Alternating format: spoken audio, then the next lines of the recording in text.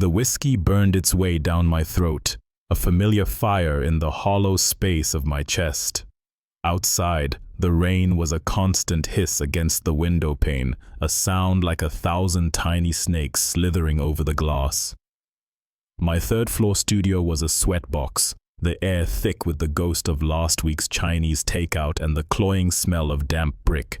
Above me, the cheap fluorescent light in the kitchenette buzzed, a high, frantic thrum like a dying insect trapped in a jar.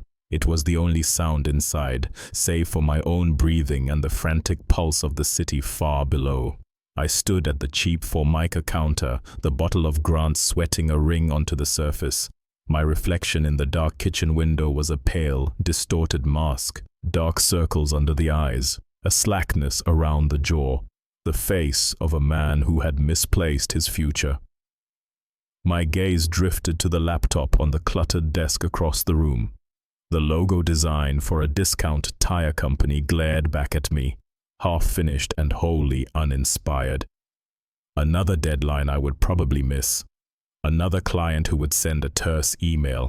Another reason to pour a second glass. I didn't. I capped the bottle, a small, pathetic victory. I walked back toward my desk, my bare feet sticking slightly to the grimy wood floor. I needed to get this done. Just power through it, finish the stupid logo, send the invoice, and then I could properly drown myself. My hand reached for the mouse, and I froze. My eyes locked onto the floor, right in the middle of the room, between the counter and the desk. A place I had just walked over. One footprint, small, barefoot, caked in wet, dark mud. My heart gave a hard, sudden kick against my ribs. It felt like it was trying to break out. I hadn't been outside in hours. The front door was bolted, the deadbolt thrown an hour ago. The windows were sealed tight against the storm. How can this be? I held my breath and listened. Nothing but the rain and the buzz. The drip, drip, drip of the faucet I kept meaning to fix. The sound echoed in the sudden, ringing silence of my own mind. My muscles tensed up. I took a step back, my heel bumping into the leg of the desk. What is this? A joke? But who would be playing it? I lived alone. The super, a paunchy man named Stan, hadn't used his master key in a year. My eyes darted to the door. The chain was on. The deadbolt was still firmly in its socket. Impossible. This is impossible.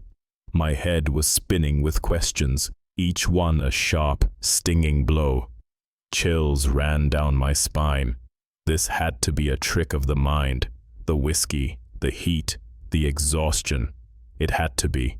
My logic, a thin and brittle thing, was scrambling for a foothold. Maybe it was an old smudge I'd never noticed, a pattern in the wood grain I was misinterpreting in the dim light. Yes, that was it. My hand was shaking as I tore a length of paper towel from the roll on the counter. I knelt. The floor was cool against my knee. Up close, there was no mistaking it. It was a perfect print. 5 small toes, the distinct curve of an arch, the black, gritty texture of mud. I could smell the damp earth, a scent of worms and wet leaves that had no business being in this room. A cold sweat broke out on the back of my neck. Reflexively, I scrubbed at it. The rough paper towel scraped against the wood. The muddy outline smeared, then thinned, then vanished.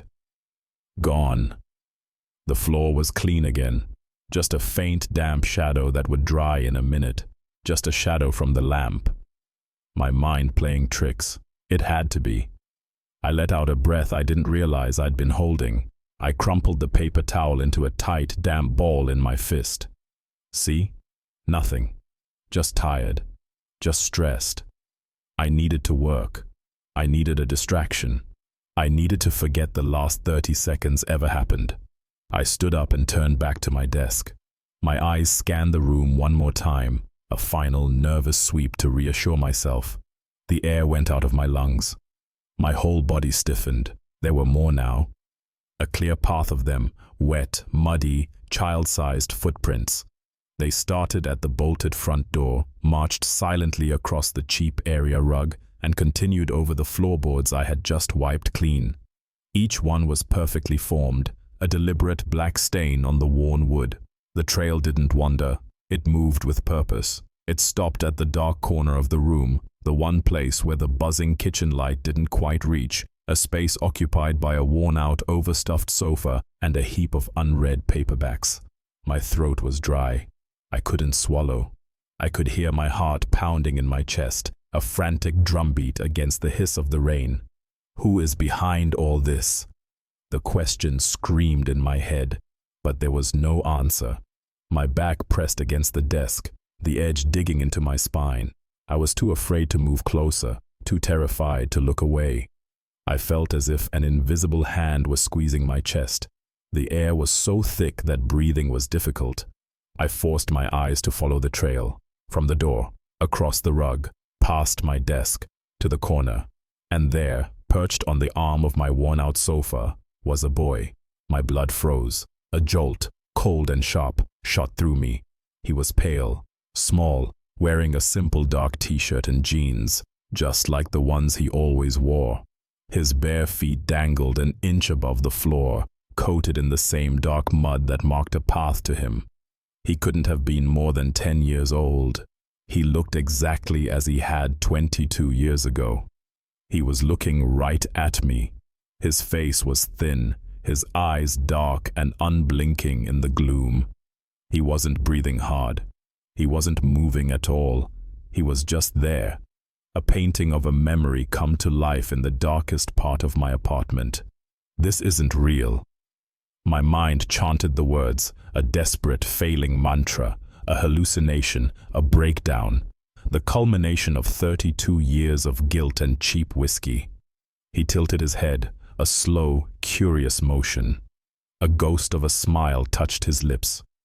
It wasn't a warm smile. It was thin and cold and sharp around the edges. It was a smile that knew things. Then he spoke. His voice wasn't a memory. It wasn't in my head. It was in the room. A soft, sibilant whisper that sliced through the sound of the rain and the buzz of the light. A sound I hadn't heard in 2 decades, but one my soul had never forgotten. "You got boring, JJ." My breath hitched. Goosebumps erupted across my skin. He pushed himself off the arm of the sofa, landing on the floor with a soft, solid thump. His smile widened, showing a row of small white teeth. "I'm here to make things fun again." My mouth opened, but only a dry click came out. I tried again, forcing air from my lungs, shaping it into words that felt like sandpaper in my throat. "You're not real." The statement hung in the thick, wet air between us. It was a pathetic shield, a prayer to a god I didn't believe in. Pip just tilted his head, that same slow, curious motion. The smile on his thin lips didn't waver. It wasn't a smile of mirth. It was a smile of possession. He knew this room now. He knew the air in it. It was his. My heart was pounding, a frantic trapped bird beating against my ribs. I could hear it over the hiss of the rain, over the manic buzz of the kitchen light. Thump, thump, thump, thump. A drum signaling a charge. He hopped off the sofa a second time. This time, there was no sound. His bare, muddy feet made no contact with the floor. He didn't float, not exactly. He simply arrived on the wood floorboards. One moment on the arm of the sofa, the next standing in the middle of the trail of footprints he'd left behind. A link was missing in the chain of cause and effect. "JJ," he whispered, and the sibilant sound of my own childhood nickname made my skin crawl. "It's been so long. We have so much to catch up on." My back pressed against the desk, the cheap laminate edge digging into my spine. I was trapped. He took a step, then another. His movements were wrong. Too smooth. A puppet on invisible, flawless strings. He wasn't walking toward me. He was drifting toward the small, cluttered bookshelf beside the door. My eyes followed him. What is this? A dream? A psychotic break? The whiskey had never done this before. Not like this. My head was spinning with questions, each one dissolving before an answer could form. He ignored me, his attention fixed on the shelf. His small hand, pale and spidery, reached out. It passed over a stack of paperbacks, a chipped coffee mug full of old pens.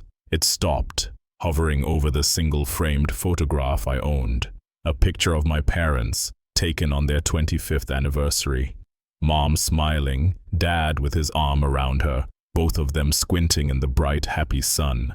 A surge of something hot and protective cut through the ice in my veins. Reflexively I shouted, the sound ripping from my throat. "Don't touch that!" He stopped. His fingers were a millimeter from the glass. He turned his head slowly, his dark eyes locking onto mine across the room. He held the photo delicately, his thumb on my father's face, his forefinger on my mother's. The look he gave me was one of patient disappointment, the kind a teacher gives a slow student. "Remember the game, JJ?" he whispered. His voice was a razor blade wrapped in silk. It didn't need to be loud to hurt. "The one with the neighbor's dog? Mr. Henderson's beagle." The name hit me like a physical blow. A ghost from a buried life. My blood ran cold. The sweat on my neck turned to ice. No one knew about that. No one. It was a secret locked in a 10-year-old skull, a memory I had spent 2 decades trying to murder. The yelp, the small whimpering sound it made, the way we told Mr. Henderson we saw it run out into the street. A lie we practiced, a game of make-believe with real blood. "You were good at that game," Pip added, his voice dripping with sinister nostalgia. He turned his attention back to the photograph in his hands. "Get out," I snarled. The words had teeth now. Fear was turning to rage. It was the only other place my mind could go. "Get out of my head." I rushed towards him. My bare feet slapped against the floor. The sound real, solid, a stark contrast to his soundless glide. I had to make this end. I had to prove he was nothing. A phantom. A figment. My hand shot out, grabbing the thickest, heaviest book on the shelf. A hardback history of urban architecture I'd never once opened. It felt heavy and real in my hand. A weapon of reality. He didn't flinch. He just watched me come, that cold, knowing smile never leaving his face. Without a moment's hesitation, I threw it. I put all my weight, all my terror, all my fury into the motion. The heavy volume flew across the 2 feet of space between us, a perfect, deadly projectile aimed straight for the center of his chest. The book stopped. It just stopped. An inch from the dark fabric of his t-shirt. It hung there, suspended in the buzzing, rain-slicked air of my apartment. It didn't waver. It didn't tremble. It just hung, defying gravity, defying reason, defying every law that kept my world from shattering into a million pieces. Time seemed to stretch and thin, like heated glass. I could see the title on the spine. Metropolis. A history. A ridiculous, meaningless string of words in the face of this absolute impossibility. For a single eternal second, the room was locked in a perfect, impossible tableau. The boy, the book, and the gaping chasm of my sanity. Then, with a wooden clatter that was obscenely loud in the sudden stillness, the book dropped to the floor. It landed flat, sending a puff of dust into the air. Pip's smile widened. It was a triumphant, ugly thing now. He had won. The rules were his. He reached into the pocket of his jeans, a pocket that couldn't possibly have been there a moment ago, a pocket I hadn't seen. He pulled out a black, permanent marker. The cap came off with a small, sharp click. "No," I breathed, the word a weak puff of air. I was frozen, paralyzed by the sheer, unadulterated wrongness of what I had just seen. My muscles wouldn't obey, I could only watch. He brought the tip of the marker to the glass of the photo frame. He was looking at me, not at the picture. He held my gaze as he drew. The squeak of the felt tip on the glass was a high, piercing sound, a scream I couldn't make myself. A line, a curve, a crude, thick, ugly mustache appeared on my mother's smiling face. He added a jagged scar down my father's cheek. He blacked out their eyes, turning their joyful expressions into vacant, monstrous masks. He didn't break eye contact for a second. His dark, depthless eyes were pinned to mine, and in them, I saw the gleeful, feral joy of a child pulling the wings off a fly. "See," he whispered, and his voice was poison. It was a toxin that bypassed the ears and went straight into the blood. Still fun. He set the ruined photograph back on the shelf, placing it precisely where it had been. He left it there for me to see, a monument to his power, a tombstone for my mother's smile. The rage was gone. The fear was still there, but it was different now. It was a vast, cold ocean I was floating in, and I had no strength left to swim. I just stared at the defaced picture, at the black, ugly marker lines that had rewritten my own past into a horror show. Pip turned his full attention to me. His gaze dropped from my face to my hands, specifically to the right hand, the one I'd thrown the book with, the one that now hung, limp and useless at my side. "That hand is still strong," he said, his voice soft again, intimate, like he was sharing a secret. He took a single, soundless step closer. The smell of damp earth and rot was stronger now. It was coming from him. Strong enough for a hammer.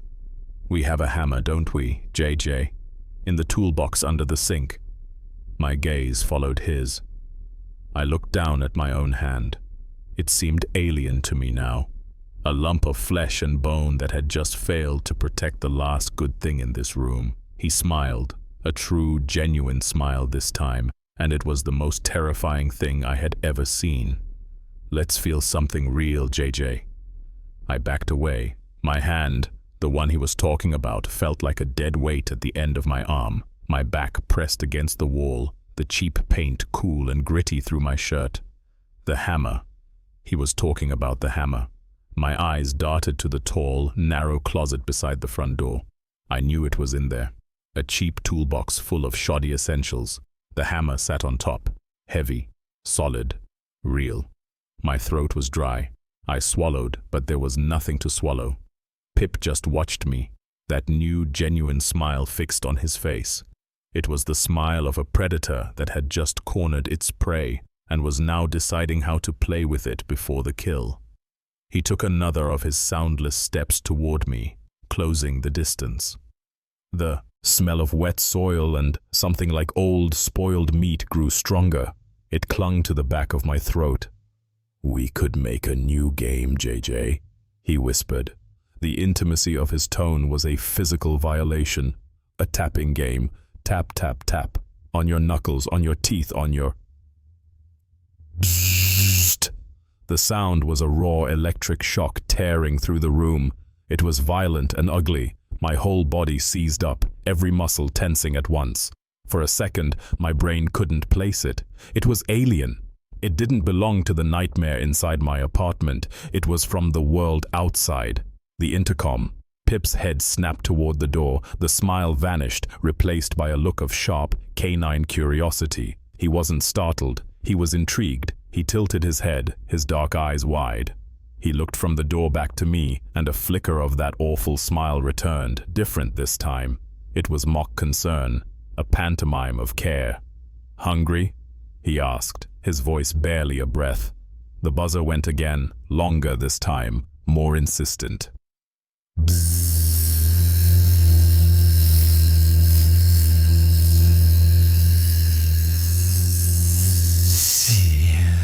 The sound cut through my paralysis. It was a lifeline, a connection to something that wasn't him. I lurched away from the wall, stumbling past him. I didn't care if he was there or not. I just needed that sound.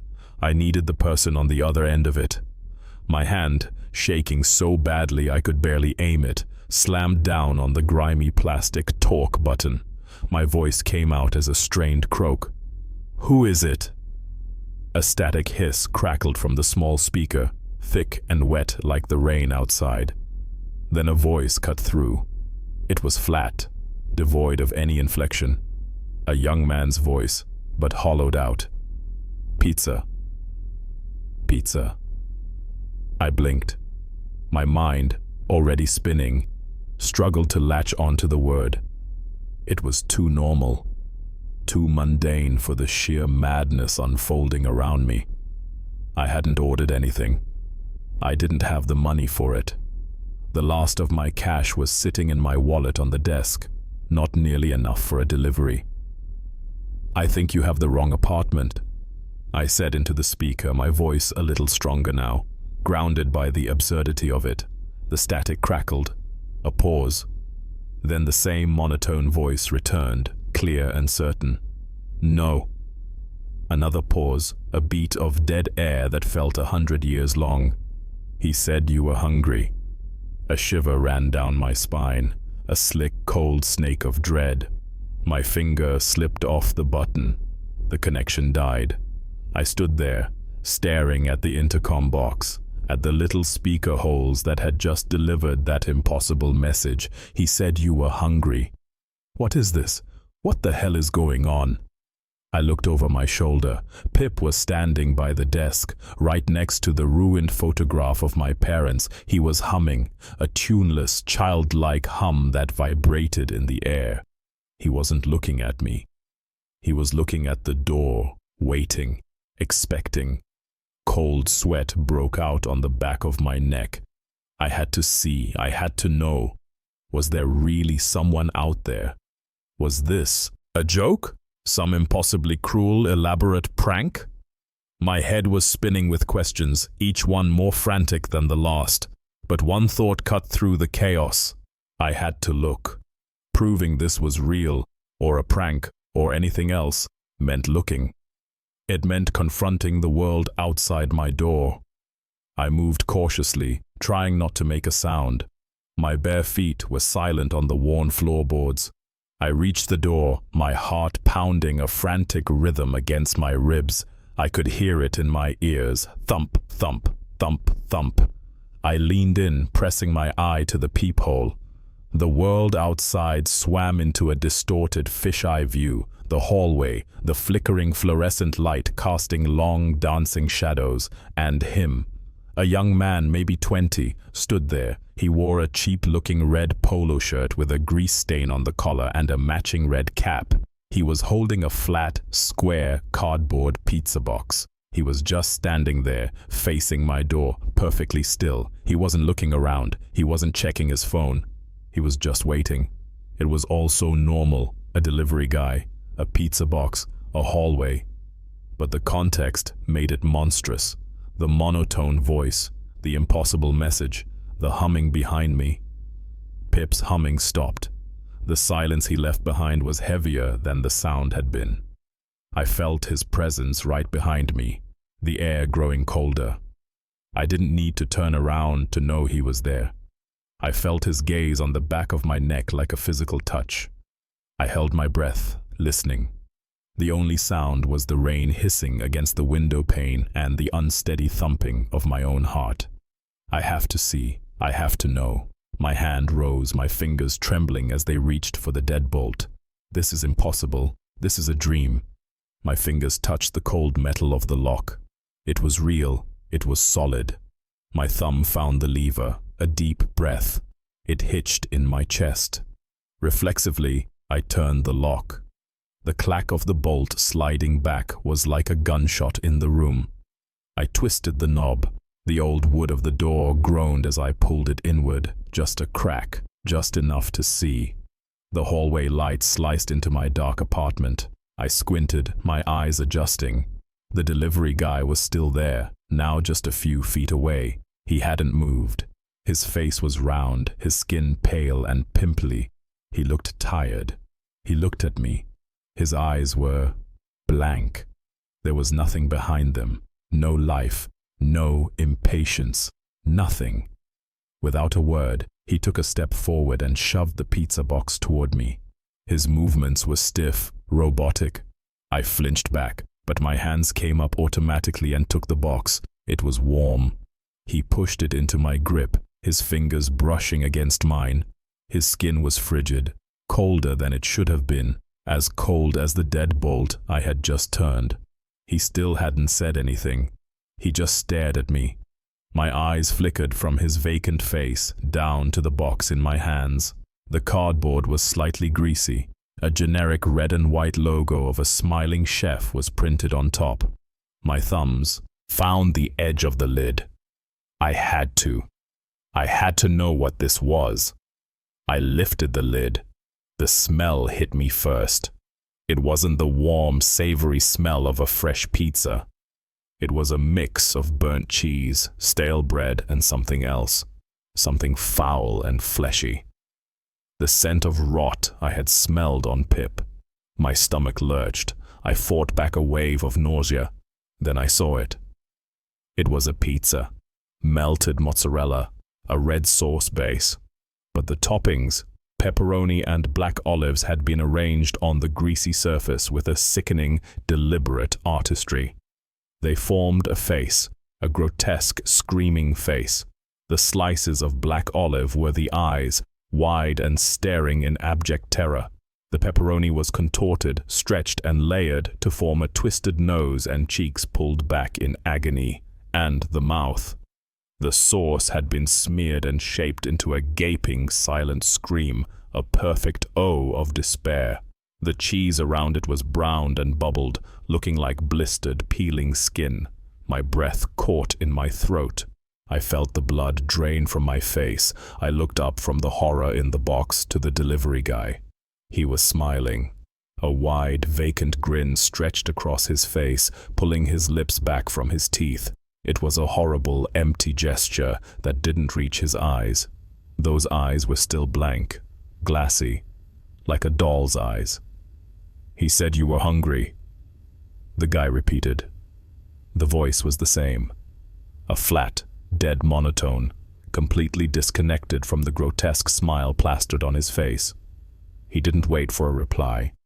He didn't ask for money. He just turned, his movements still eerily stiff, and started walking away down the hall. I stood there, frozen in the doorway, the warm, disgusting box in my hands. I watched him go.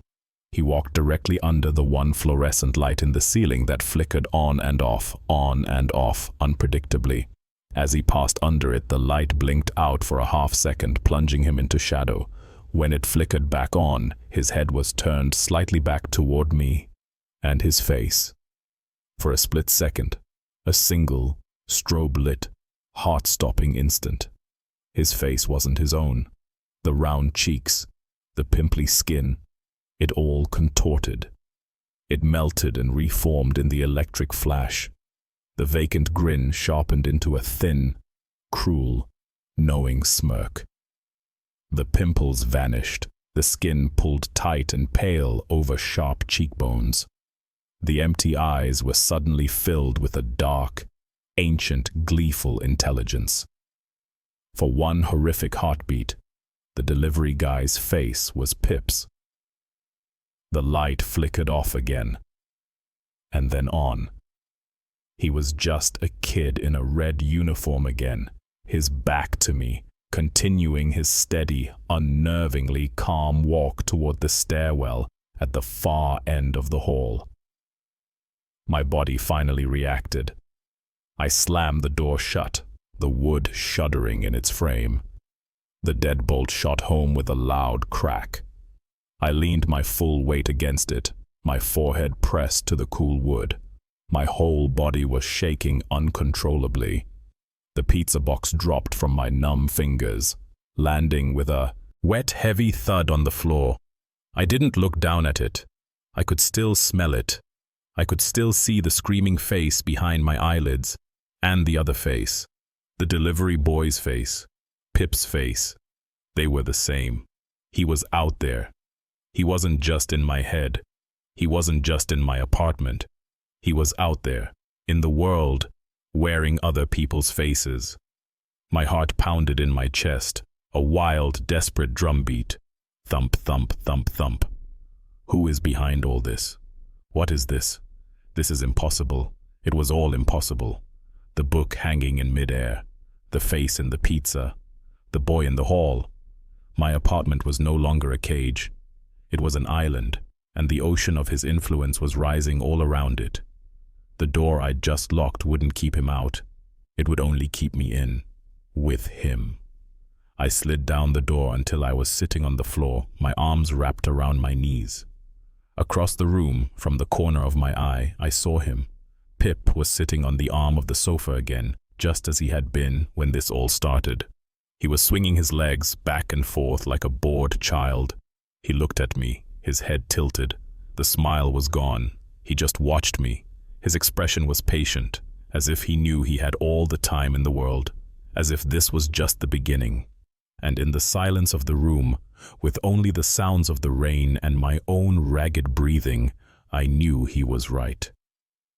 I leaned my full weight against the door, my forehead pressed to the cool, splintery wood. My whole body was shaking uncontrollably. The pizza box lay where it had fallen, a wet, heavy thud on the floorboards. I didn't look down at it. I could still smell it. The scent of burnt cheese and rot clung to the air in my apartment, a physical presence. I could still see the screaming face behind my eyelids. And the other face, the delivery boy's face, Pip's face. They were the same. He was out there. He wasn't just in my head. He wasn't just in my apartment.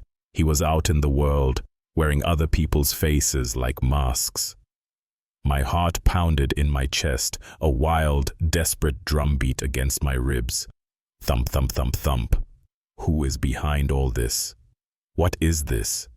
This is impossible. It was all impossible. The way the delivery boy moved, the voice on the intercom announcing a pizza I never ordered. The face in the box. My apartment was no longer my cage. It was a flimsy raft on an ocean of his making, and the tide was rising. The deadbolt I'd just thrown wouldn't keep him out. It would only keep me in, with him. I slid down the door until I was sitting on the floor, my arms wrapped around my knees, trying to hold myself together. My gaze drifted across the room. I saw him. Pip was sitting on the arm of the sofa again, just as he had been when this all began. He was swinging his legs back and forth, a picture of childish boredom. He looked at me, his head tilted. The smile was gone. He just watched me with those dark, bottomless eyes. His expression was one of patience, as if he knew he had all the time in the world, as if this was just an overture. "A fun surprise," he chirped. His voice cut through the drumming in my ears. It was bright and clear. I flinched. My eyes darted from him to the pizza box lying upside down near the door. A dark grease stain was already blooming on the cardboard. With a surge of rage that was pure instinct, I scrambled to my feet. I kicked the box. I kicked it hard. It skittered across the hardwood, tumbling end over end until it slammed into the wall under the window with a final, wet smack. I stood there, panting, my bare foot throbbing. The act did nothing. The feeling of violation didn't go away. The smell was still there. He was still there. Pip sighed, a theatrical, drawn-out sound of disappointment. "You're no fun anymore, JJ." He pointed a small, pale finger towards the coffee table in the center of the room. "You never want to play." My eyes followed his gesture. The TV remote. A cheap black plastic rectangle sitting next to a stack of old magazines.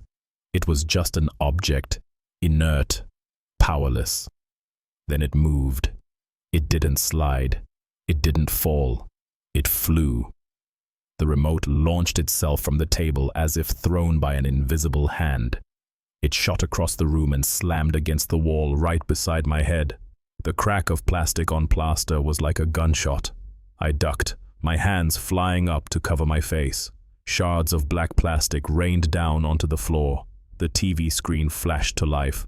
A wash of brilliant electric blue filled the room, casting long, dancing shadows. A high-pitched hiss filled the air, the sound of 1,000 snakes. Then a shape began to form through the snow of the static. An image. A cartoon. My breath caught in my throat.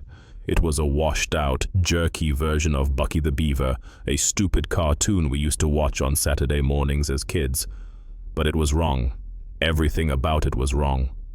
The animation stuttered, freezing for a half-second on Bucky's unnaturally wide grin, his buck teeth looking more like fangs. The cheerful theme music was gone. In its place was a low, guttural drawl. The notes stretched and warped into a funeral dirge. The beaver's chipper voice was a demonic crawl, the words slurring together, deep and slow and horrible. Time for swim, kids. You broke it, Pip said from the couch. His voice was a genuine pout, a child complaining that his favorite toy was ruined. Without a moment's hesitation, I lunged toward the TV. My mind was a blank slate of pure animal panic. I ignored the monstrous beaver on the screen, the sound that was scraping at the inside of my skull. My hand found the wall, fingers scrambling for the power cord. I grabbed it and yanked. The plug tore from the socket with a loud pop. The screen went black. The demonic music died. Silence. Blessed, beautiful silence. The only sound was my own ragged breathing and the soft patter of rain against the window. I stood there, my back to the room, my hand still gripping the useless cord. My muscles were tensed up, every nerve ending screaming. A cold sweat was breaking out on the back of my neck. Now what are we going to watch? Pip's voice was right behind me. I spun around, my heart leaping into my throat. But he wasn't there. He was still on the sofa, in the exact same spot. He hadn't moved an inch. But as I turned, my eyes caught something else. A flicker of light from the corner where my desk sat. My laptop. The screen was on. A new shiver ran down my spine, colder and sharper than before. I didn't leave it on. I hadn't touched it all day. I always closed the lid. It was a habit ingrained from years of trying to conserve the dying battery. I started moving toward it, walking step by step, my bare feet making no sound on the floor. I felt like I was wading through water. The air was so thick, breathing was difficult. Each footfall was a conscious decision, a step deeper into the nightmare. The soft glow of the screen was a beacon, pulling me in. I reached the desk. My graphic design tablet was pushed to one side. My coffee mug, half full of cold black liquid, sat next to it. And in the center of the screen, against the default blue background, was my desktop. All my usual icons were there, the folders for work, the shortcuts to software, and one new file. It sat starkly on its own in the upper left corner. It was a simple, generic folder icon, but the name beneath it glared out in bold, white letters, a name that made all the air leave my lungs in a rush. The Bump. My hand, hovering over the trackpad, was trembling so badly I could barely control it. What is this? What the hell is going on? This is a dream, a hallucination. It has to be. But the desk was solid under my other hand. The air was hot and sticky. This was real. My thumb twitched. The cursor slid across the screen and hovered over the file name. I felt as if an invisible hand were squeezing my chest. I had to know. I had to see what was inside. I clicked. The file opened. It contained a single item, a photograph. It was grainy, blurry, as if taken in a hurry, in low light by a shaking hand. But there was no mistaking what it was. A car headlight, A round glass headlight shattered into a spiderweb of cracks. A piece of the surrounding chrome trim was bent, twisted into a metal sneer. My stomach dropped. I knew that headlight. I knew that chrome. It was a 1998 Ford sedan. My first car. The car from that night. My entire body went rigid. The room seemed to tilt on its axis. I gripped the edge of the desk to keep from falling. I couldn't have taken this picture. I didn't take this picture. I smashed that car to pieces at a junkyard myself 2 weeks after it happened. I watched them crush it into a cube of metal and glass. No photos existed. There were no photos.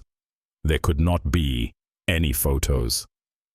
My mind raced, desperately searching for a logical explanation. A prank. Did one of my friends do this? But no one knew. Not the whole story, not the details. Chloe knew I was a wreck back then, but she didn't know why. My parents thought I'd hit a deer. That was the story I told. The story I had rehearsed until it felt more real than the truth. So, who? How can this be? You remember? A voice whispered. It was not a memory. It was real. It was right next to my ear. A puff of cold air, smelling of rain and damp earth and something else, something like spoiled meat. I didn't have to look. I knew he was standing right beside me. Pip. My muscles locked. I couldn't turn. I couldn't run. I could only stare at the impossible photograph on the screen, a relic from a past I had tried to bury under 2 decades of lies and liquor. He leaned in closer. His whisper was a sibilant, penetrating thing, a needle of ice sliding into my brain. He said a name, a girl's name. Sarah. The world fell away. The sound of the rain, the hum of the laptop, my own heartbeat.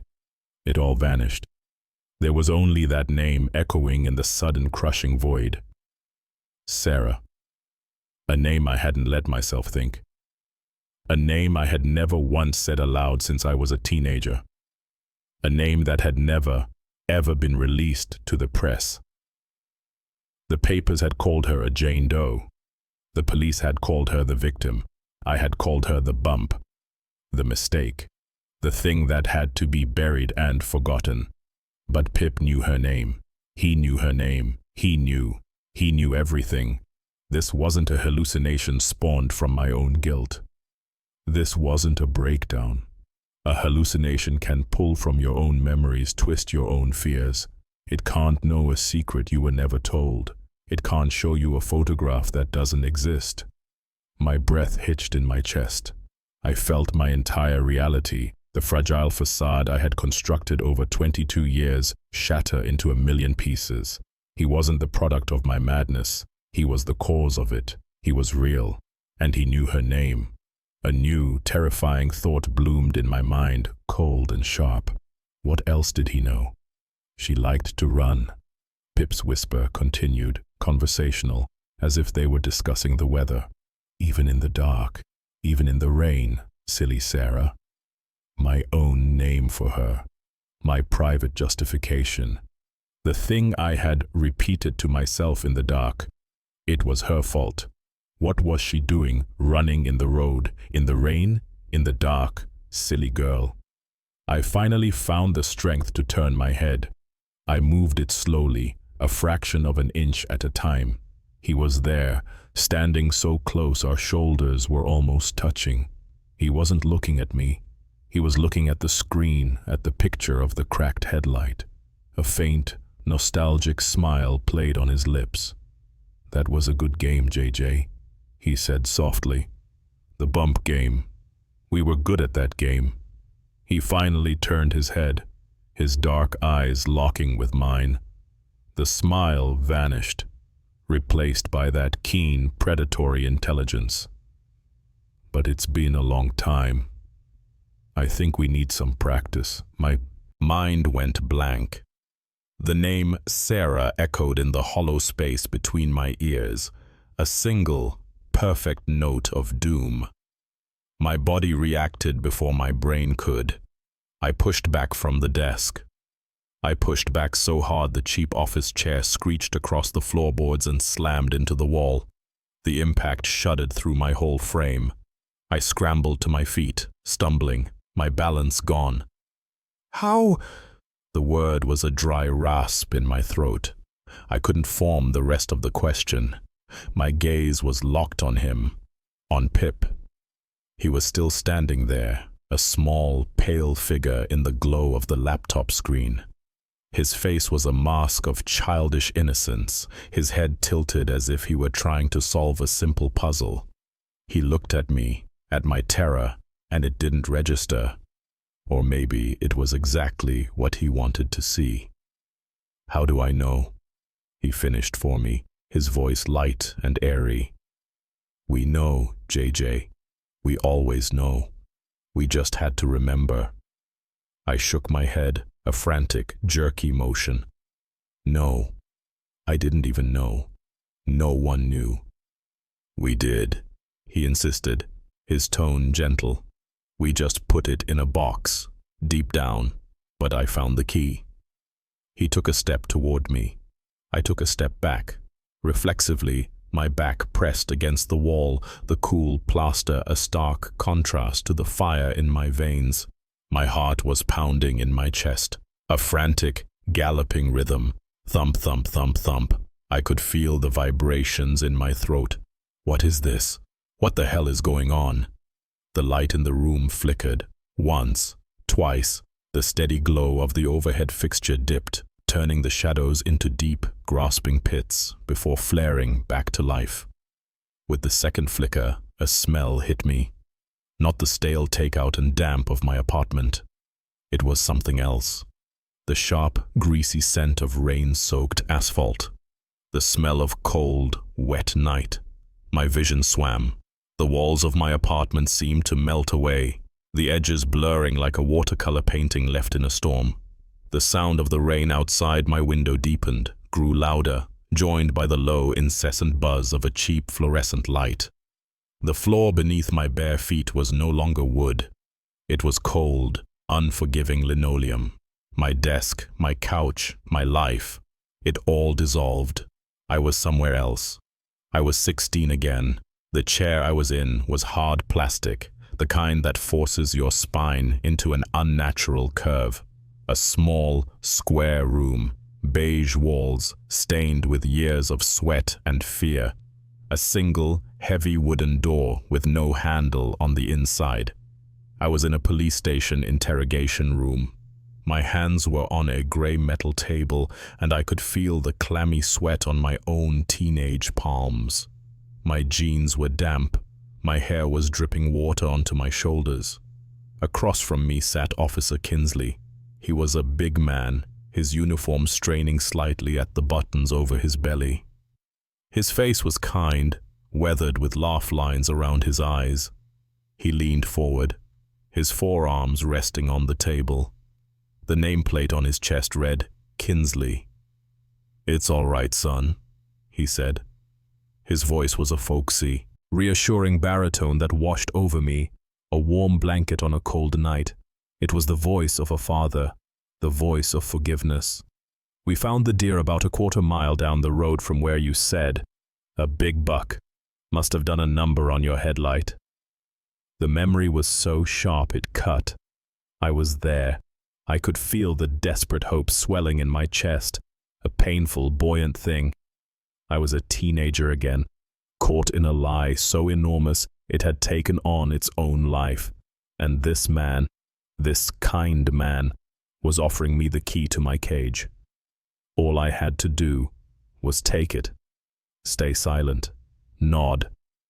I could feel the nod forming in my neck. I remembered the exact sensation, the small dip of my chin that sealed my fate. The lie slid into place, a perfectly cut piece of a puzzle. And the truth, the image of a girl in a yellow raincoat, the sickening bump, the sound I would never forget, was locked away behind it. "You're a good kid, Jake," Officer Kinsley said. his voice dropping with practiced sympathy. "Just spooked. Happens to the best of us. You did the right thing, coming in with your folks." He leaned back in his chair, the vinyl creaking a complaint. He smiled, a wide, fatherly smile. It was the smile of absolution. And then it changed. It happened in an instant, a glitch in the fabric of my memory. The smile twisted. The kind lines around his eyes deepened into cruel, mocking creases. His skin seemed to pull tight, to liquefy and reform. For a split second, Officer Kinsley's face melted away. It wasn't his face anymore. It was Pip's. The same pale skin, the same dark, knowing eyes, the same thin, terrible smirk that wasn't a smile at all. It was the face of a triumphant co-conspirator. My breath hitched. The air in the memory room turned thick and heavy. I was trapped, pinned to my plastic chair by the sheer impossibility of what I was seeing. The officer's mouth, Pip's mouth, opened. The reassuring baritone was gone. The voice that came out was a soft, sibilant whisper, a serpent's hiss curling around a single damning word. It spat the word at me across the table, across the years. "Oh, liar." The vision shattered. I was back. I was in my apartment. I was standing with my back pressed against the wall, gasping for air as if I had just surfaced from a deep, cold dive. The room was exactly as I'd left it. The laptop screen was still lit, casting its pale blue light. Pip was still standing by the desk, motionless. Goosebumps prickled my skin, a wave of cold crawling up my arms and across my shoulders. My muscles were tensed up, every fiber ready to bolt. I felt as if an invisible hand was squeezing my chest, forcing the air from my lungs. The smell of wet asphalt was gone, replaced by the dead, stale air of my room. The memory had been so real. The voice, the face. Liar. The word was still hanging in the air, a poison I had just breathed in. He saw it. Pip saw the look on my face. He saw the memory break me. The corner of his mouth twitched. "He believed you," Pip said, his voice once again that of a normal 10-year-old. "They all did. You were always a good liar, JJJ." I couldn't speak. I could only stare, my mind a scrambling chaos of questions. What is this all about? How could he be in my memory? This is impossible. It was my memory, my lie, my secret. How could he have been there? My eyes darted around the room, from Pip to the door, to the window, to the shattered plastic of the TV remote on the floor. I was looking for an escape that wasn't there. I was a rat in a box, and the owner of the box was standing 10 feet away, watching me with curious, ancient eyes. He wasn't just my guilt, he wasn't just a memory, he was something else, something that could walk through the walls of my mind. I felt it, a pressure, on the back of my neck. It was small, cold, firm. The distinct feeling of a hand, 4 fingers and a thumb, pressing into my skin, right over my spinal cord. The cold wasn't just a sensation. It was a physical presence seeping into me, a needle of ice plunging into my bones. My entire body went rigid. A cold sweat broke out on the back of my neck, mingling with the chilling touch. I could feel the shape of the fingers. They were small, child-sized. He was right behind me. He had crossed the room without a sound. He had moved from the desk to stand directly behind me while my eyes were wide open. I hadn't seen him. I hadn't heard him. It was not possible. But the hand was real. The pressure was real. The cold was real. My breath caught in my throat. Every instinct screamed at me to spin around, to fight, to run. But I was frozen, pinned not by a wall, but by a touch. The world narrowed to that single point of contact, that small cold hand on my neck. Time stretched. It felt like an hour passed in the space of a single heartbeat. The pressure increased, just slightly, a firm, possessive squeeze. Then, just as suddenly, it was gone. The release of pressure was as shocking as the touch itself. The ghost of the cold remained, a damp patch on my skin. Now. A scream that had been building in my chest, a raw, primal thing, tore from my throat. I spun around, my arms flailing, ready to strike, to push, to do anything. There was absolutely no one there. The space behind me was empty. The wall was bare. I stared at the spot where he should have been, my scream dying into a strangled gasp. My eyes scanned the room, a frantic. Pip was no longer by the desk. He wasn't behind me. He wasn't anywhere. He was gone. The room was silent. The only sound was my own ragged breathing and the soft, steady patter of the rain against the window pane. My whole body was shaking non-stop, a violent, uncontrollable shudder that started in my bones and rippled outwards. The phantom touch was still on my skin, a patch of glacial cold on the back of my neck. I could feel it, the ghost of small fingers pressing into my vertebrae. I slapped a hand there, rubbing frantically, but the cold wasn't on the surface. It was inside me. The silence was a presence. It roared in my ears, a dead space where his form had been. The rain pattered, a sound from another world, a sane world I was no longer a part of. Sanity. I needed sanity. I needed an anchor, a voice, a human voice that wasn't a whisper from a memory. Chloe. My eyes latched onto my phone, lying on the scarred surface of my desk. The screen was a black mirror. Reflexively, I scrambled for it, my fingers clumsy, numb things that didn't feel like my own. I jabbed at the screen. Her name glowed under my trembling thumb. It was at the top of my recent calls, a relic from weeks ago, from a different life. I pressed it. My hand was shaking so badly I almost missed. The phone slipped, and I caught it, the plastic case slick with my sweat. The dial tone began. 1 ring, 2. Each one felt like a lifetime. Come on, Chloe. Pick up. Please, pick up. A real person. I needed to hear a real person. The line connected. Hello? But it wasn't her voice. Not yet. First came the sound. It was not a clean connection. It was a line choked with crackles, a sound like 1,000 tiny sparks popping in a void, like dry leaves skittering across pavement. Underneath it, a current of noise. It wasn't just static. It was something else. A low whisper, a sibilant hiss that slithered beneath the pops and clicks. I couldn't make out the words. It was the texture of a secret told in a crowded room. Chloe, I shouted, my voice cracking, trying to punch through the wall of noise. Chloe, can you hear me? Her voice came through, thin and sharp, distorted by the bad line. Jake, what is it now? The words were laced with an old, familiar weariness. The sound of a final straw that had been broken many times before.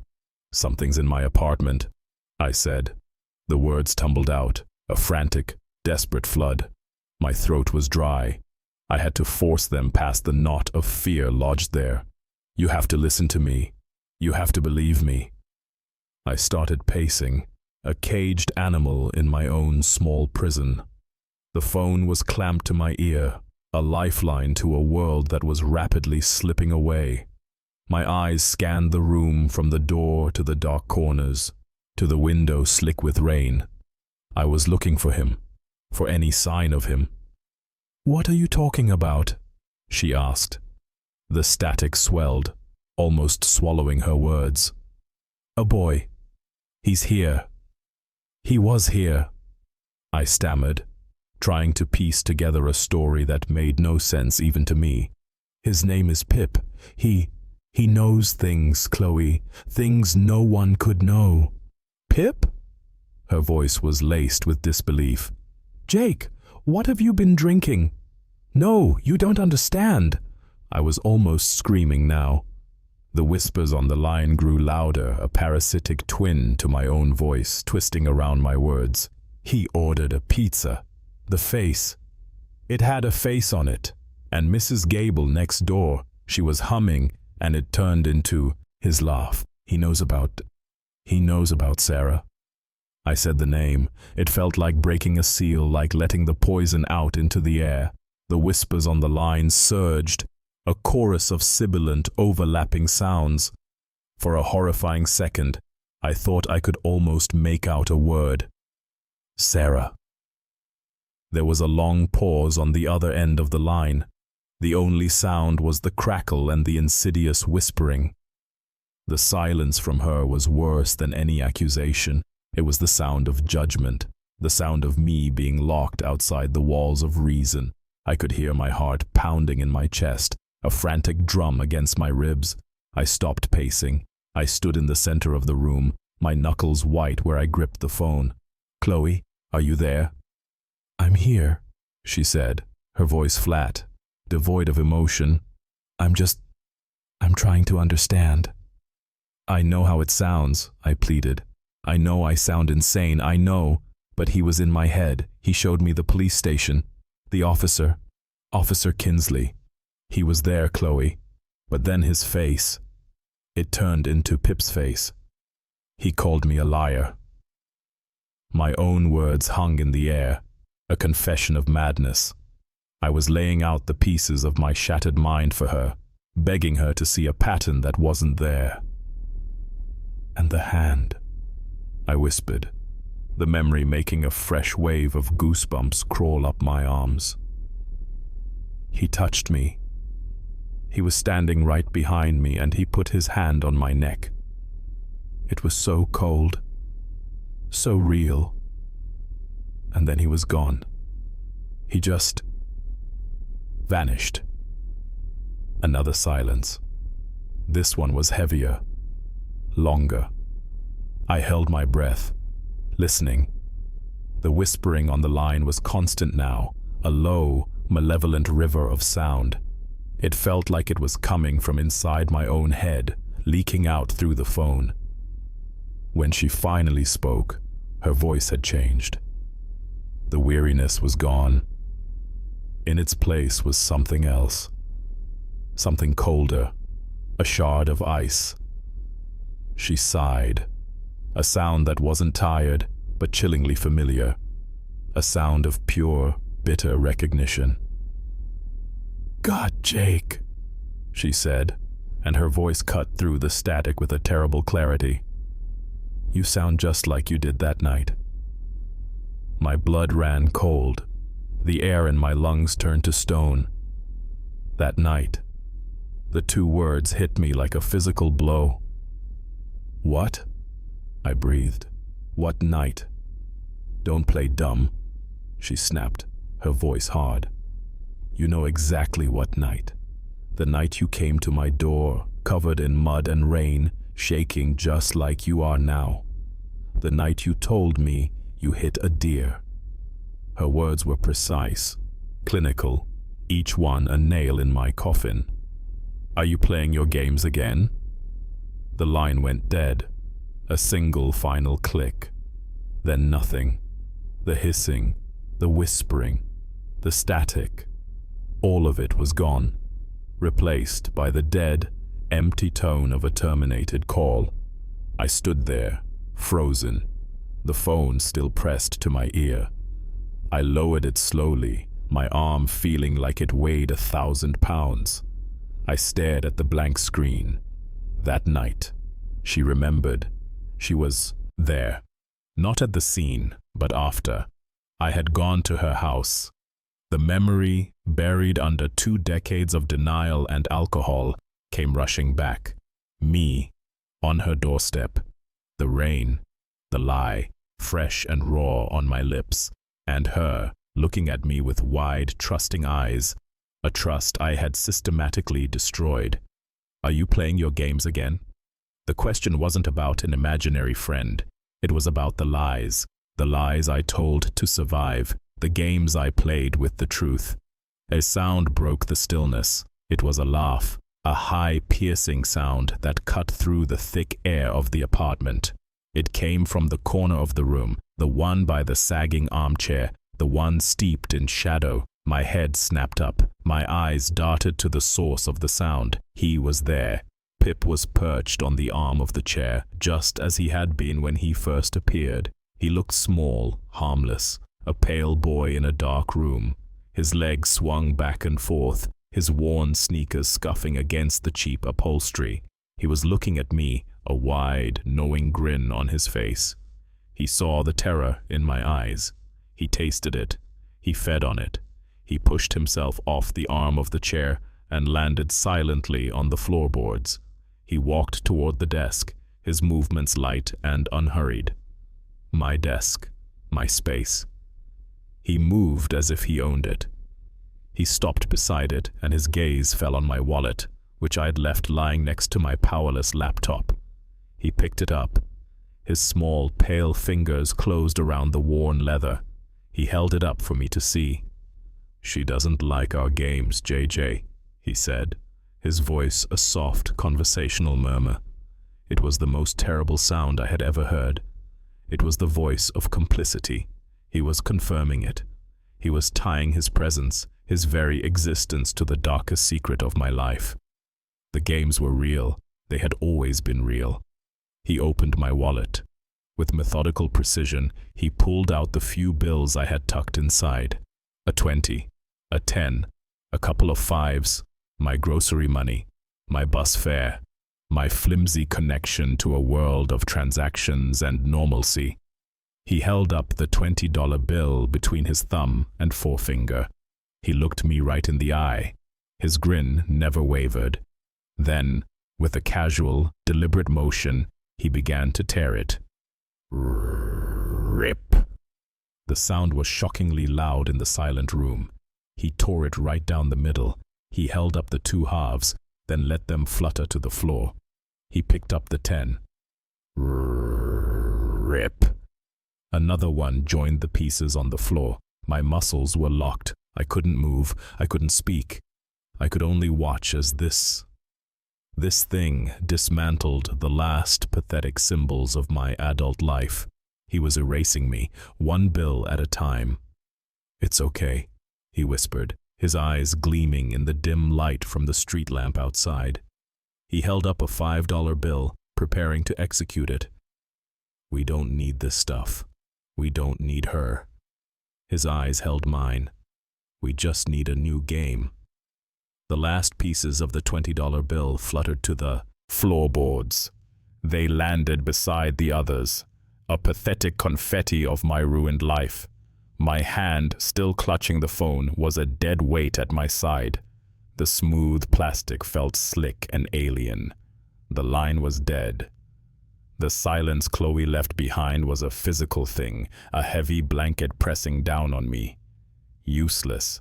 Her voice, the phone, the money, me, all useless.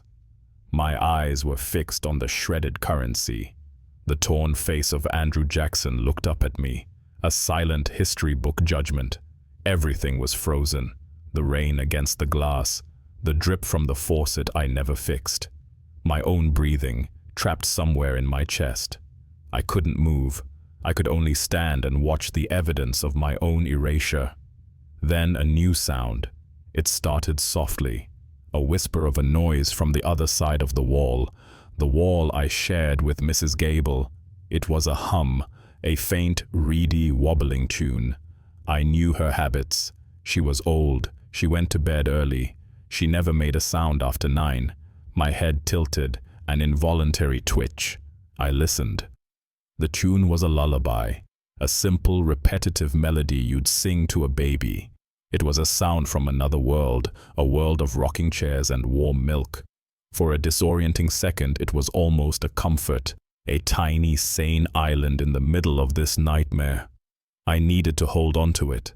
I took a step toward the wall, then another, my back pressed against the thin, cool plaster. I closed my eyes just for a moment, letting the frail sound fill my ears. It was real, an old woman humming in her apartment. It was normal. The humming continued, frail and wavering. There, I thought. See? A real thing. Then it changed. The humming stopped abruptly. The silence that followed was electric, full of anticipation. And then it came. A giggle. It wasn't Mrs. Gable's voice. It wasn't the sound of an old woman. It was high-pitched, childlike, and it was brimming with a sharp, cruel glee that I knew better than my own name. It was Pip's giggle, clear as a bell, coming from inside her apartment. A wave of ice water washed over me. Goosebumps erupted across my entire body, a painful, prickling tide. I stumbled back from the wall, my hand flying to my mouth to stifle a gasp. My mind was a vortex, spinning with a single frantic question. How? How could it be? Was she in on this? Was she listening through the wall? What was happening? The whole world was bending, twisting itself into the shape of his game. My frantic eyes darted around the room, searching for him. He was no longer by the armchair.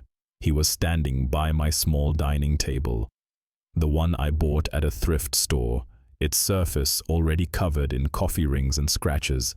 He had moved without a sound.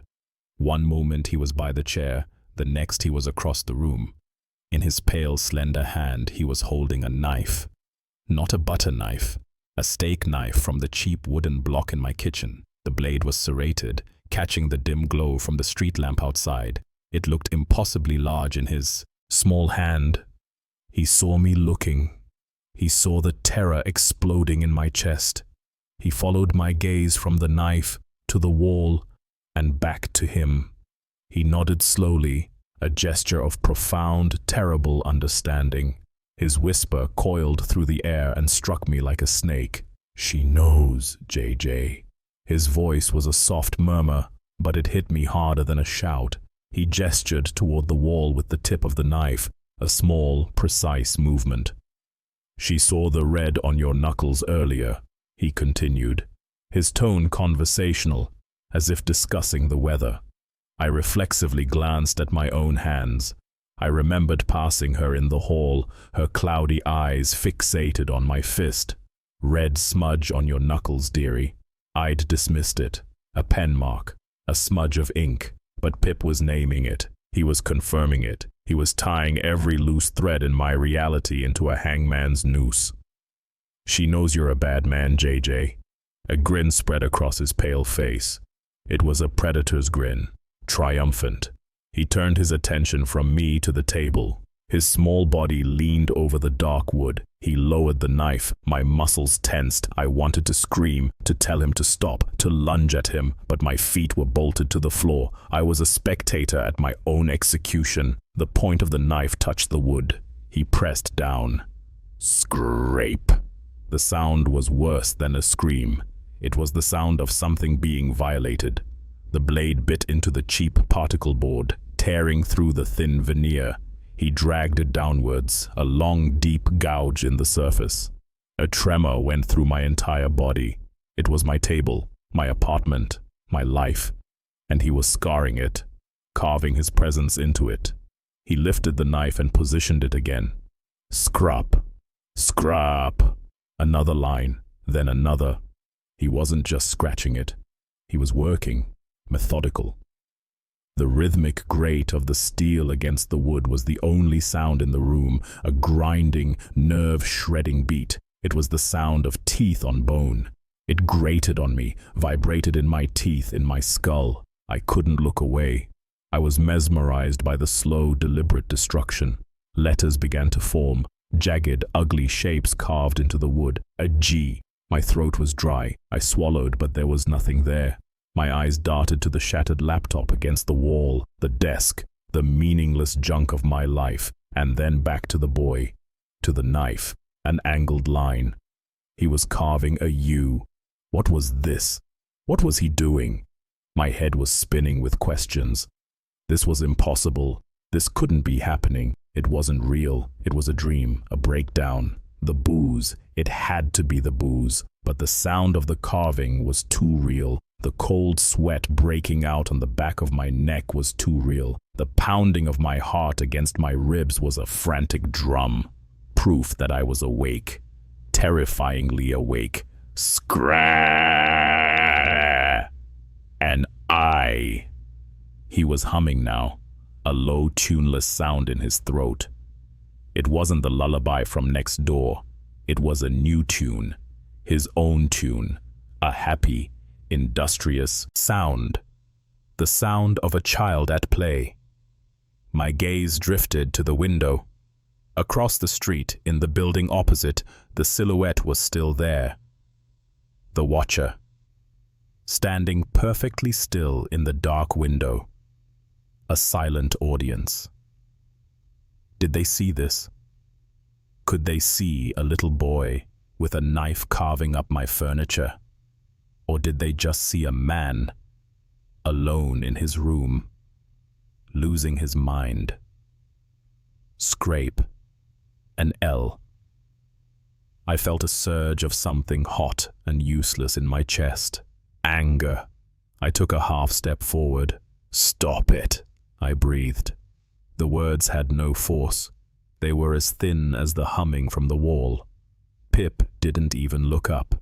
He didn't acknowledge I had spoken. I didn't exist. Only his work existed. He finished the L and started on a T. Guilt. The nearly finished word hung in the air, a physical brand on my property. My guilt. The one I had carried for 22 years. The one I had drowned and starved and buried alive. But it hadn't died. It had just been waiting. It had taken a new shape. It was 10 years old and holding a knife. He finished the T. 5 letters, carved deep. The pale wood beneath the dark veneer looked like raw, exposed flesh. He wasn't done. He positioned the knife again. He looked up at me then, for just a second. His eyes were wide and bright, gleaming with a terrifying, ecstatic joy. It was the look of pure, unadulterated malice. He winked, a quick, conspiratorial flutter of one pale eyelid. Then he looked back down at his work. Scrape. He carved the final letter. A Y. Guilty. The word was there. A permanent scar, an indictment. He straightened up, admiring his handiwork. He ran a small finger along the edge of the G, wiping away a tiny splinter of wood. He looked proud. He had made something. He turned to face me fully.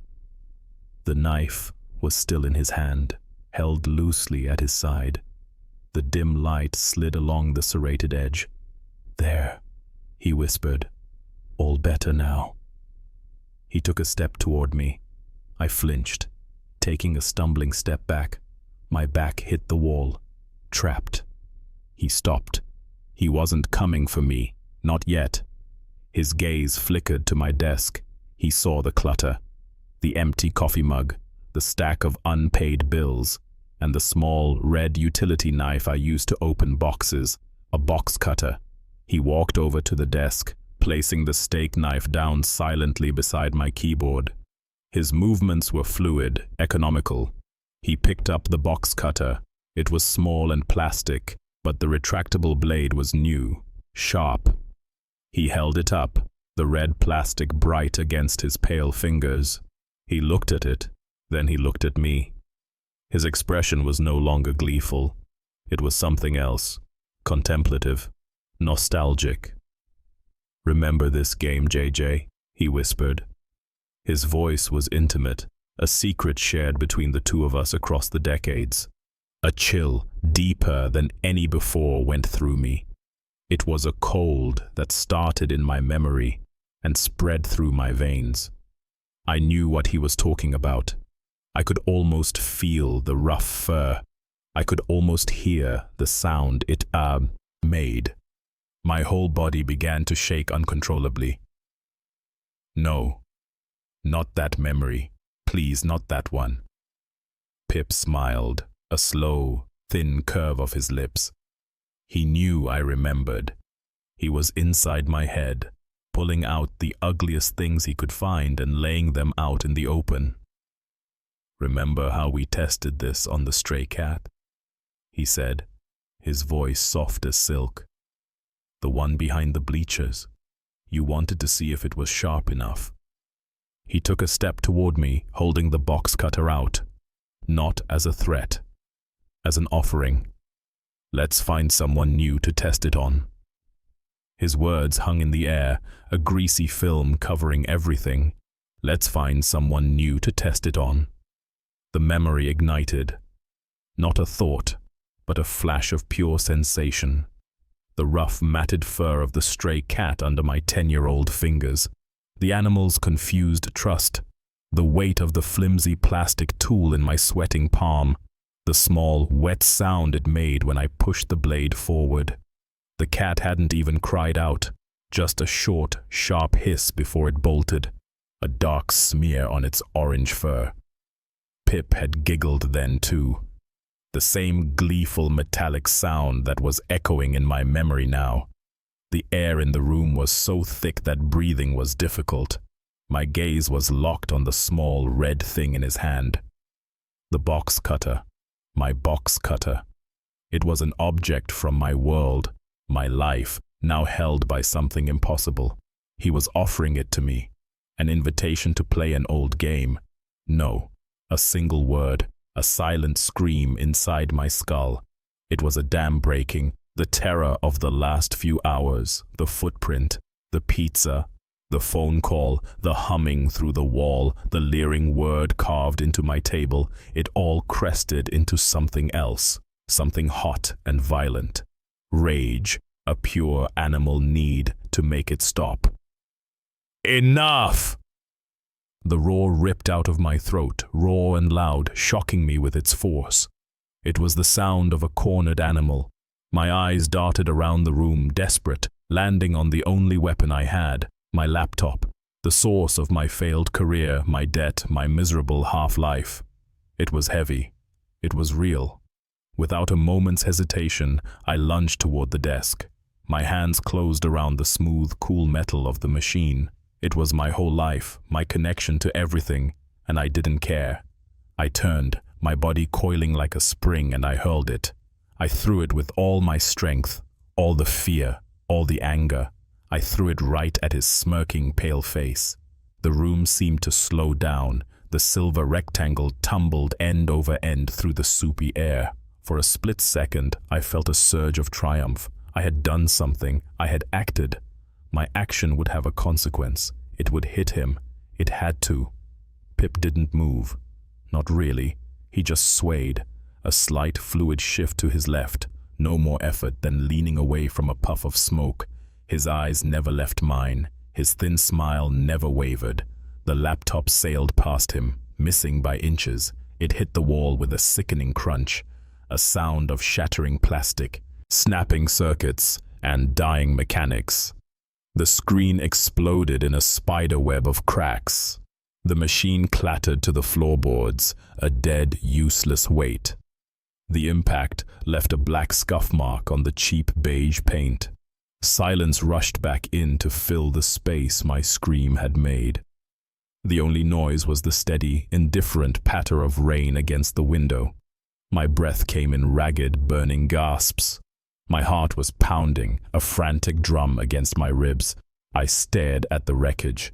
My work, my portfolio, my only tenuous link to the outside world, to a normal life, destroyed.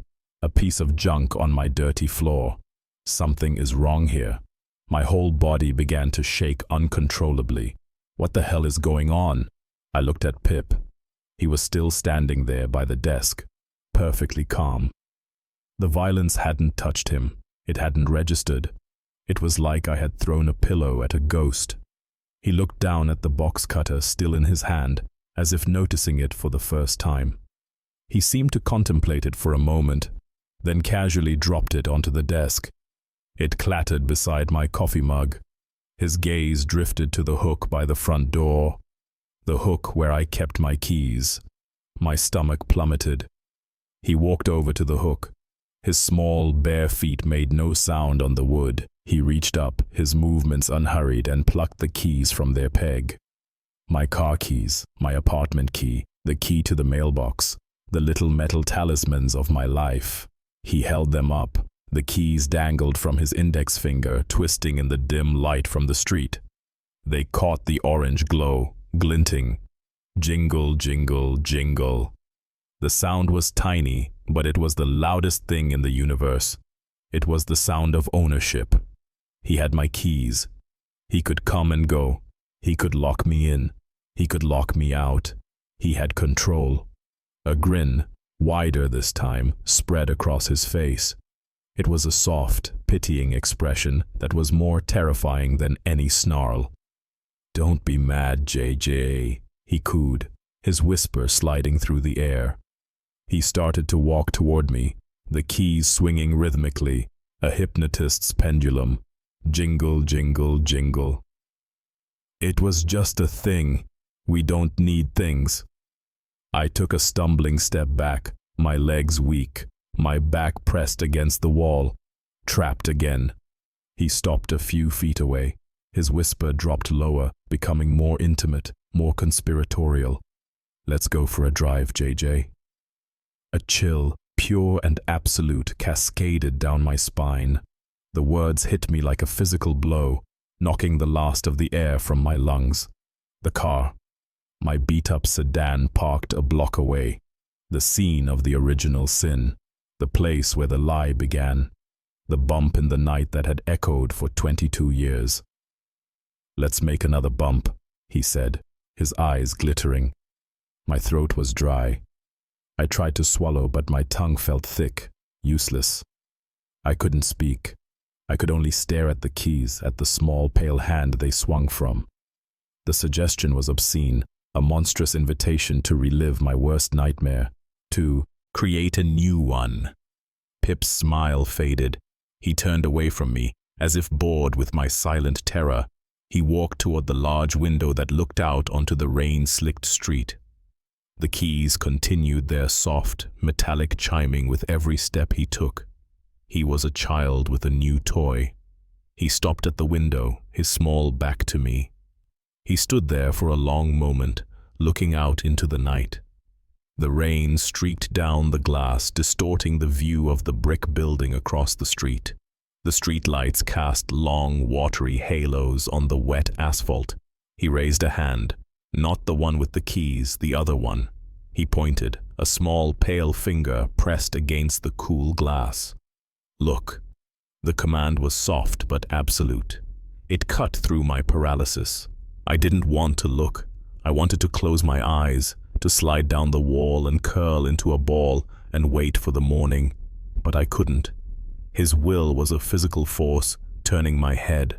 My eyes followed his finger. Across the street, the building opposite, a window on the same floor as mine, directly across the narrow alley, a dark square in the brick facade, and in the window, a shape. It wasn't a reflection. It wasn't a trick of the light. It was a person, a silhouette standing perfectly still. A figure, featureless and black, against the faint light in the room behind it. I had noticed it before, subconsciously, a flicker in my peripheral vision over the last few hours that I had dismissed as nothing. A curtain, a coat on a hook, my own strained imagination. But it wasn't my imagination, it was a person, and they were watching. The watcher. How long had they been there? An hour? 3? Had they been there when the pizza guy came? Had they been watching when I talked to Chloe? Had they seen me hurl my laptop at the wall? My blood ran cold, the feeling of being watched, a vague paranoia, was now a confirmed, terrifying reality. It was a targeted surveillance. This wasn't random. The world wasn't just bending to Pip's game. It was an active participant. My heart hammered in my chest, a frantic, trapped bird. Who was it? What did they want? As I stared, my mind a vortex of frantic questions, the silhouette moved. It was a slow, deliberate motion. An arm separating from the dark torso. It raised, higher and higher, until the hand was level with its head. My breath hitched in my throat. I couldn't move. I couldn't look away. I was pinned in place by that simple gesture. The hand, a black shape against the dim window, waved. It wasn't a frantic wave for help. It wasn't a friendly greeting. It was a small, slow, back-and-forth motion, A gentle, knowing, rhythmic wave, a childlike wave, a wave of understanding, a wave of complicity, a wave that said, "I see you, I know." A shiver tore through my entire body, a violent, uncontrollable spasm. The jingle of the keys beside me was the only sound in the world. They swung back and forth, tiny silver bells ringing in the end of everything.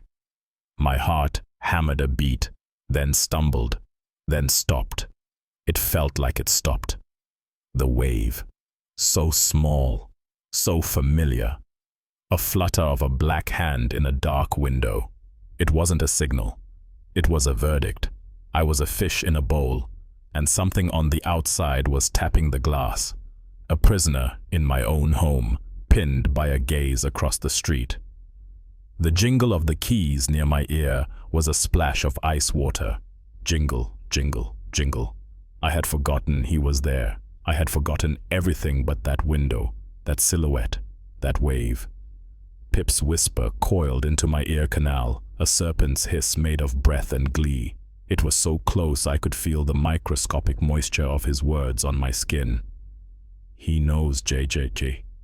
The air turned to poison in my lungs. I tried to draw a breath and couldn't. My throat was dry, so dry.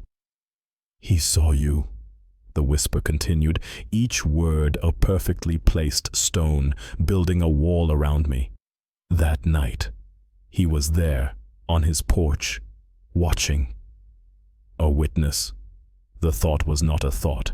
It was a physical impact, a punch to the gut that traveled up my spine and exploded in my skull. A witness. After 22 years. After a lifetime spent burying that night under layers of cheap whiskey, failed jobs, and self-loathing. I had built a fortress of denial, brick by miserable brick.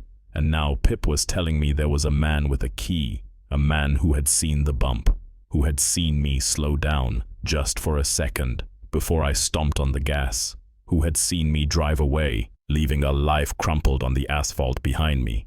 An anchor to the crime I thought I'd sunk so deep no light could ever find it. My whole body began to shake. It was a low tremor at first, in my hands, then my knees, then it took over completely, a violent, rattling shudder. Goosebumps erupted across my skin. My eyes were still locked on the window across the way. The silhouette was gone. The window was just a dark square again. But it didn't matter. I had seen him. He had seen me. The knowledge was a stain that could never be washed out. What the hell is going on? The question was a rasp torn from my throat. It wasn't for Pip. It was for the universe. For the peeling paint on the walls and the buzzing fluorescent light in the kitchen. Pip took a step away. The soft jingle of the keys marked his movement. He sounded cheerful now, like a teacher explaining a simple, fun lesson. A sing-song lilt entered his voice. "People who see things, JJ," he sang, "have to have their eyes closed." His tone was light, playful, but the words were heavy. They plunged into the chaos of my mind and found purchase. The logic was twisted. It was the logic of a nightmare. It was insane. And it was the only thing that made sense. Something inside me, the last fragile pane of glass separating the man I pretended to be from the thing I really was, didn't just crack. It shattered. It fell away in a million glittering shards, leaving nothing behind but cold, clear purpose. The Watcher saw. The Watcher knows. The Watcher must be stopped. The Watcher's eyes must be closed. It was so simple, so clean. A solution. I didn't think. I didn't question. I just moved. My back peeled away from the wall. Reflexively, I turned away from the window, my body acting on an instinct I didn't know I possessed. My own speed was a surprise. I was quick. I was light. The frantic, trapped animal was gone. Something else was in its place. A hunter. I strode across the room, my bare feet certain on the floorboards. I passed the table with the word carved into its surface. Guilty. It wasn't an accusation anymore. It was a mission statement. I passed the wreckage of my laptop, a monument to a life that no longer mattered. A dead thing. Useless. Pip stood by the door, watching me with wide, expectant eyes. He held the keys out, a silent offering. I didn't take them. Not yet. My destination was the closet. The cheap bifold door rattled as I wrenched it open. It was dark inside. The smell of old shoes and damp coats filled my nostrils. This was my history. The ski jacket I hadn't worn in 5 years. The suit I'd bought for Chloe's sister's wedding, a lifetime ago. The box of papers for a tax year I couldn't remember. All junk. All dead things. But behind them, leaning in the corner, was something that wasn't dead. My hand dove into the darkness. My fingers brushed against dusty fabric, then cold, smooth metal. Aluminum. I closed my hand around it. The grip felt perfect, molded to my palm. I pulled it out. My old Louisville Slugger. I hadn't held it in years. Not since college, maybe. It felt heavier than I remembered. Or maybe I was just weaker. No, that wasn't it. It felt real, substantial. In a room that had become a stage for ghosts and whispers, this bat was a piece of solid, undeniable truth. You could swing it. You could hit things with it. It would make a sound. It would leave a mark. A cold sweat broke out on the back of my neck, but it wasn't from fear. It was anticipation. I turned, the bat held loosely in my right hand, its tip resting on the floor. Pip was smiling, a wide, proud grin. He approved. Of course he approved. This was his game, his rules. He took a small step back from the door, clearing my path. He had done his part. The rest was up to me. I took a step forward, then another, until I stood before the rain-streaked window again. I looked at my own reflection. A stranger looked back. A man with wild, hollow eyes and a gaunt face. My face was a mask of pure terror. It was the face of someone who had stared too long into the abyss. But my eyes were different. Beneath the terror, a new light was kindling. A hard, cold flicker of resolve. I looked at the bat in my hand. Its silver finish caught the dim city light, a cool, clean line of potential violence. I looked back at the window across the street, the dark, empty square. He was in there. The man who saw. The loose thread in the tapestry of my lie. The one person on earth, besides me, who knew what I was. People who see things have to have their eyes closed. The whisper wasn't in my ear anymore. It was inside my head. It was my own thought. My eyes narrowed. The trembling in my body ceased. A great stillness settled over me. The pounding in my chest slowed to a heavy, rhythmic thud. A drum beat for what came next. Slowly, I raised my left hand. I walked to the door. Pip didn't move, but his eyes followed me, glittering with excitement. I plucked the keys from his unresisting fingers. The metal was cold against my skin. They made a soft, final jingle as they settled into my palm. My keys. My car. I took one more look at the room, at the ruin of my life. It meant nothing. It was a shell I was about to shed. Then I took a step toward the door. Flashes. I remember flashes. The long, sickly yellow light of the hallway, the metal handrail of the stairwell, cold and damp under my palm. The heavy thud of the street door closing behind me, cutting off the building's warmth. The rain. A torrential, driving rain that wasn't just falling but attacking, stinging my face and soaking my shirt in seconds. I remember the weight of the aluminum bat in my hand, a solid, heavy anchor in a world that had dissolved into a nightmare. I remember the streetlights haloed in the downpour, creating pools of lonely orange light on the glistening black pavement. And then, nothing.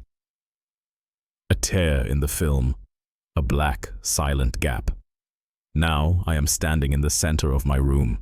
The front door is ajar, swinging slightly in a draft I can't feel. A dark, wet patch stains the floorboards where I must have stood, dripping. My shoes are gone. My feet are bare against the wood. The window across the alley is just a dark, lifeless square. The watcher is gone. The stage is empty. The play is over. What did I do? My eyes scanned the room. The place is a war zone, a testament to a struggle. The television screen is a spiderweb of cracks radiating from a single point of impact. Shards of black plastic and glass litter the floor beneath it. My small dining table, the one I bought from a second-hand store, is a ruin. The word GUILTY is no longer just a carving. It's the centerpiece of a landscape of new, deeper gouges, violent slashes that splintered the cheap wood. My laptop, my tool, my source of a pathetic income, lies in two distinct, disconnected pieces near the wall. Its screen is a black mirror, shattered and dead.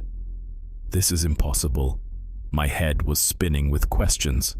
How did I get back here? When did I come back? What happened to the man in the window? What the hell is going on? A faint metallic smell pricked my nostrils. It was sharp, coppery.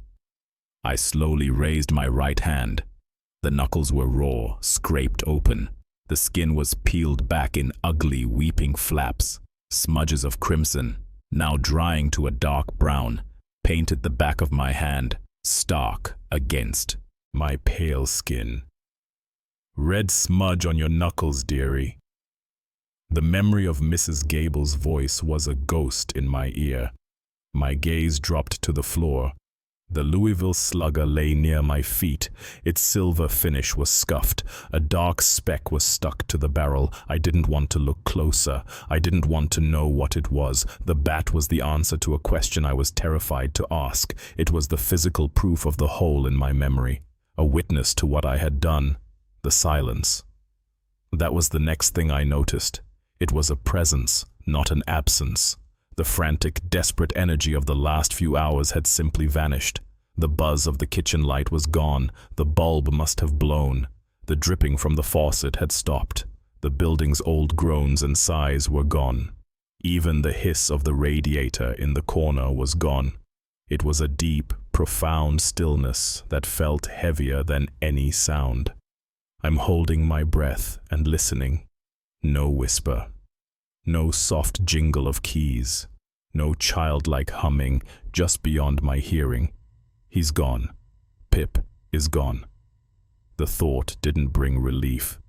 It brought a new kind of dread. The tormentor had left the cell, but the door was still locked. I was alone with the damage, alone with the evidence, alone with my own bloody hands. A strange sensation washed over me. It started in my chest and spread outwards, a slow, creeping tide. The pounding in my heart slowed. The tension in my shoulders eased. My muscles, which had been coiled tight for hours, began to unclench. It was a calm, a release. The constant, grinding pressure that had been squeezing my skull, the voice that had been goading me, pushing me, inciting me. It was all gone. The screaming in my head had stopped. The battle was over. I took a breath. It was a real breath, deep and full. The air still smelled of old takeout and damp, but it felt clean. It felt mine. I had to see my face. I had to know if the man who endured the storm was the same man standing in the aftermath. I had to see if I was still me. I walked, my bare feet navigating the debris on the floor. I stepped around a shard of the television and over the carcass of my laptop. My movements felt measured, deliberate. There was no panic left, no frantic energy, just a cold, methodical purpose. I stopped in front of the wall where the mirror used to hang. It was still there, mostly. It hung crookedly from its single remaining hook, a fractured relic. A network of cracks ran through the entire surface, breaking my world into 100 dislocated pieces. I saw a slice of the open door, a sliver of the scarred table, a sliver of the ceiling. It was a mosaic of my own private disaster. I leaned in. The glass was cool against my outstretched fingers as I steadied it. I looked for myself in the pieces. My reflection was a mess, a fractured, cubist portrait. An eye here, the corner of a mouth there, a sliver of my forehead. None of it connected. I was a man in pieces, scattered across the surface of the glass. My gaze drifted, settling on the largest remaining shard. It was a long, dagger-like triangle of glass, maybe a foot high, at the center of the frame. It was big enough. It held most of my face. I stared into my own eyes. They were wide, hollow, the eyes of a man who had seen too much. The skin around them was dark, bruised-looking from lack of sleep. My face was pale, gaunt. I could see the terror still etched there, the ghost of the panic.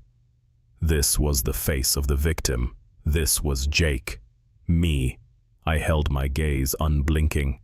I stared, harder, deeper, and for a single heart-stopping beat, it wasn't my face anymore. It happened in the space between one breath and the next. The lines of my 32-year-old face softened, melted, and reformed. The stubble vanished. The weathered skin grew pale and smooth.